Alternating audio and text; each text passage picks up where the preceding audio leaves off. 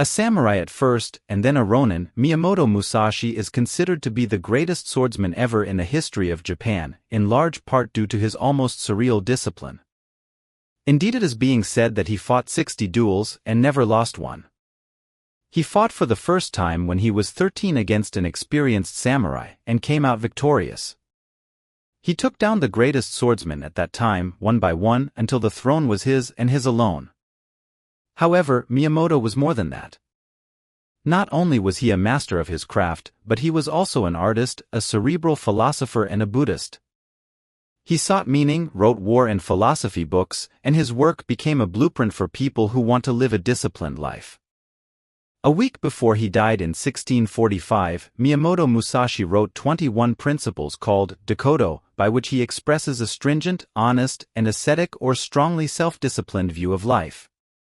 In this video we are going to see what made Miyamoto so disciplined and how we can use this wisdom to build our own discipline.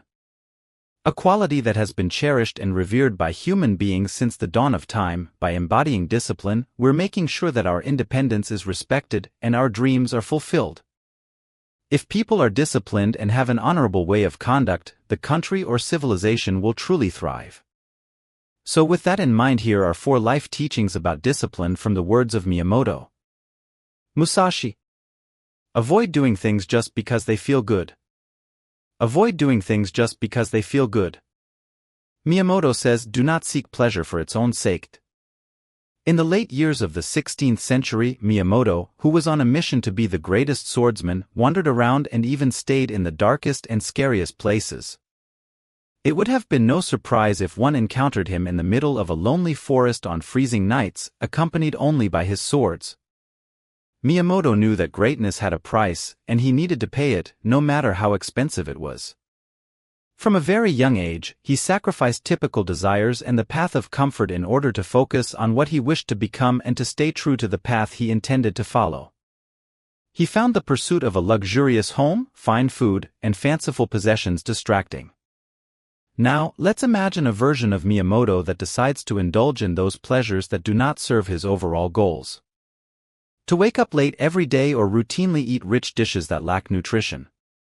Do you think he would have gone far in developing his skills and becoming the greatest swordsman in the history of feudal Japan?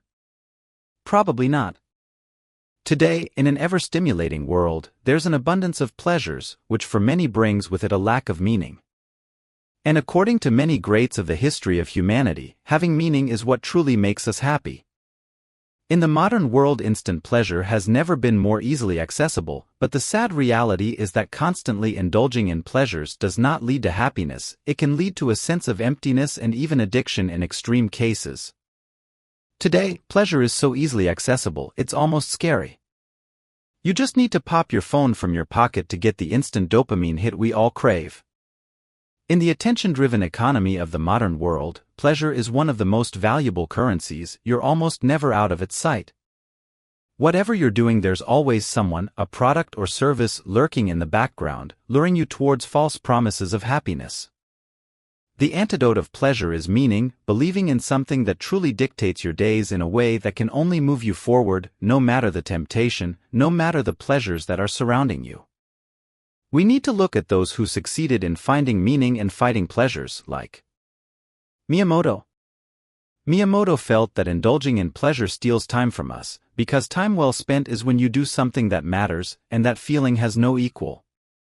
As far as Miyamoto was concerned, even if you compound all of the pleasures of life, it still doesn't measure up to the feeling of achieving a major goal. Doing what matters will always be the true source of happiness. Just imagine how proud you would feel if you succeeded in, for example, reading every single day for at least 15 minutes for an entire year. Picture yourself with a healthy body after training hard for months and months. Just think about the day when all of your efforts to start your business finally pay off and you start seeing customers coming in numbers. How does the fleeting happiness generated from a short-term pleasure really fare next to the happiness that results from achievement? Picture that next time you feel the temptation to grab your phone instead of doing the less immediately pleasurable thing you actually want to get done. Focus on one thing. Focus on one thing and broaden your horizons in it. In the words of Miyamoto, practice and understand the realization that by knowing one way you know 1,000. Miyamoto dedicated his life to mastering the sword. When he was younger, he trained from dusk till dawn recklessly and pushed his boundaries further and further. In fact, he left his home village when he was 15 or 16, to travel the country and learn from the best masters, and to challenge any fighter that had a reputation for dueling. A quest that would amazingly never see him fall short and lose. Miyamoto feared none, his aspirations were comparable to none, and thanks to his irreproachable reckless training and his skills became second to none. His method would be recognized and feared, and even though Miyamoto learned just one art, he knew how to express it in thousands of ways. We currently live in a world in which we are showered by countless possibilities and opportunities. Something that we should value and acknowledge. And so, one might think that sooner or later, everyone finds the right opportunity that is aligned with one's own aspirations, and that eventually, everyone becomes fulfilled. But reality is rarely so straightforward. Indeed, those many possibilities can often give birth to even bigger anxieties, so often in fact that there is even a term for it, decision paralysis. It's like when you enter a self-service buffet, you have the right to put whatever you want on your plate, and at the beginning your enthusiasm is immeasurable. But the more you consider what's in the buffet, the more anxious you become. Indeed, many delicious dishes might be laid out for you, but the human stomach is only so big. So you serve yourself a bit of this, and you take a little bit of that, all to have one big messy plate at the end that you can't even finish, let alone taste it properly with it all mixing together as you eat. In your attempt not to miss out on anything, everything becomes a confusing, unpalatable mess and you're left staring at an empty plate. And that is exactly what's happening in the world right now. People are often disoriented in the face of the many opportunities they encounter, unable to filter them and focus on just one.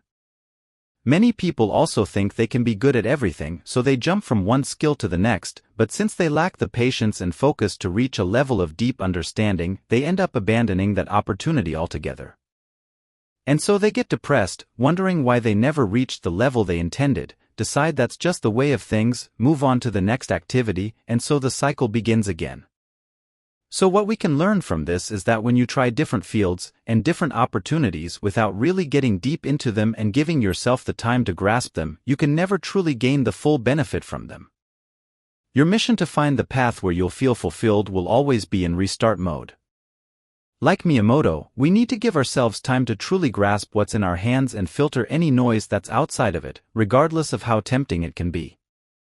Like Miyamoto, we should not feel content by knowing just the superficial aspect of a discipline when the beauty of it is ingrained inside.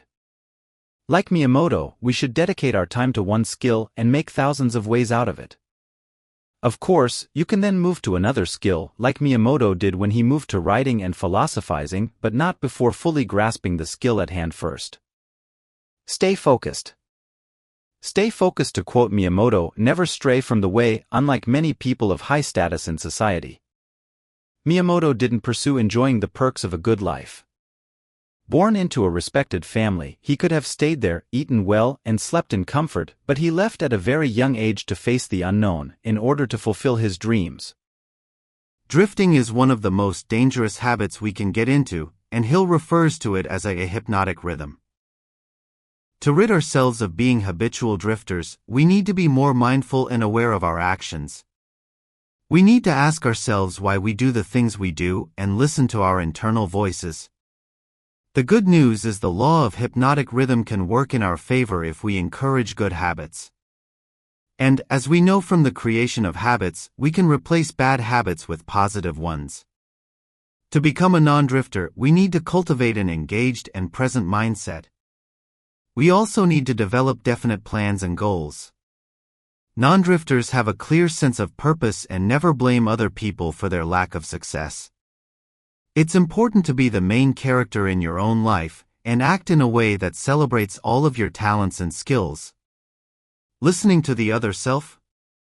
We often hear voices inside us telling us what we should be doing.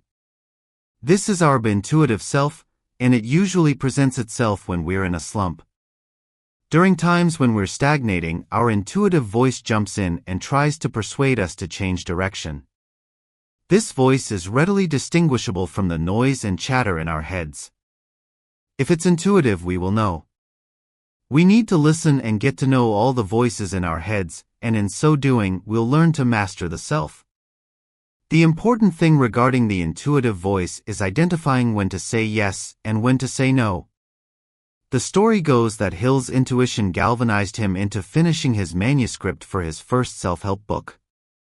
He listened to his intuitive voice and was told that the first step to getting out of his hypnotic rhythm was to finish his manuscript.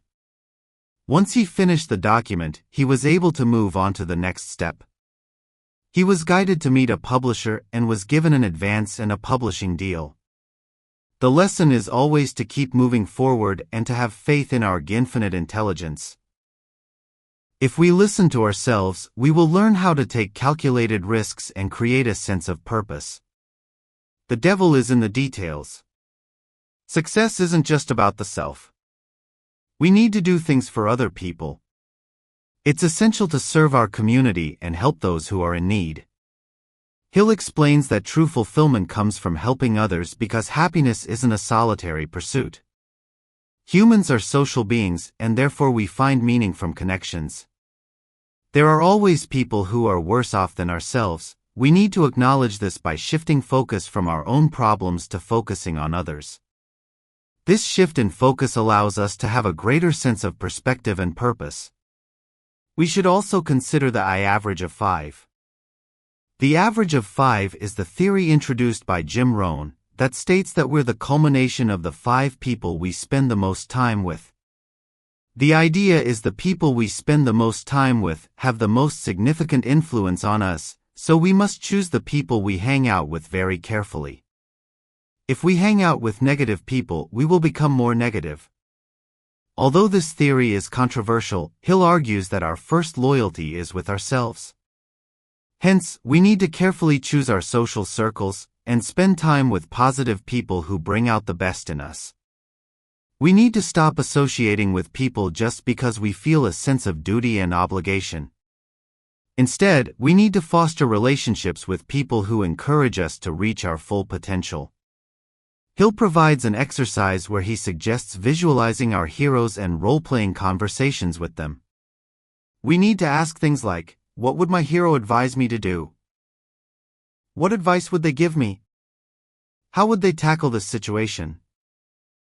By doing this, we'll emulate the good habits and qualities that we admire in other people. In conclusion, Benjamin Franklin said, "Dost thou love life?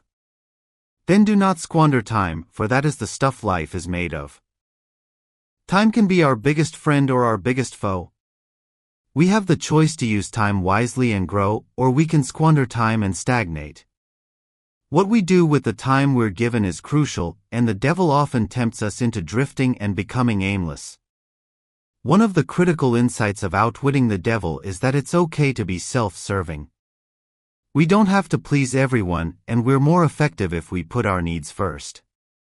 By keeping up with our own purpose and values, we're more likely to be in the position to serve and help others.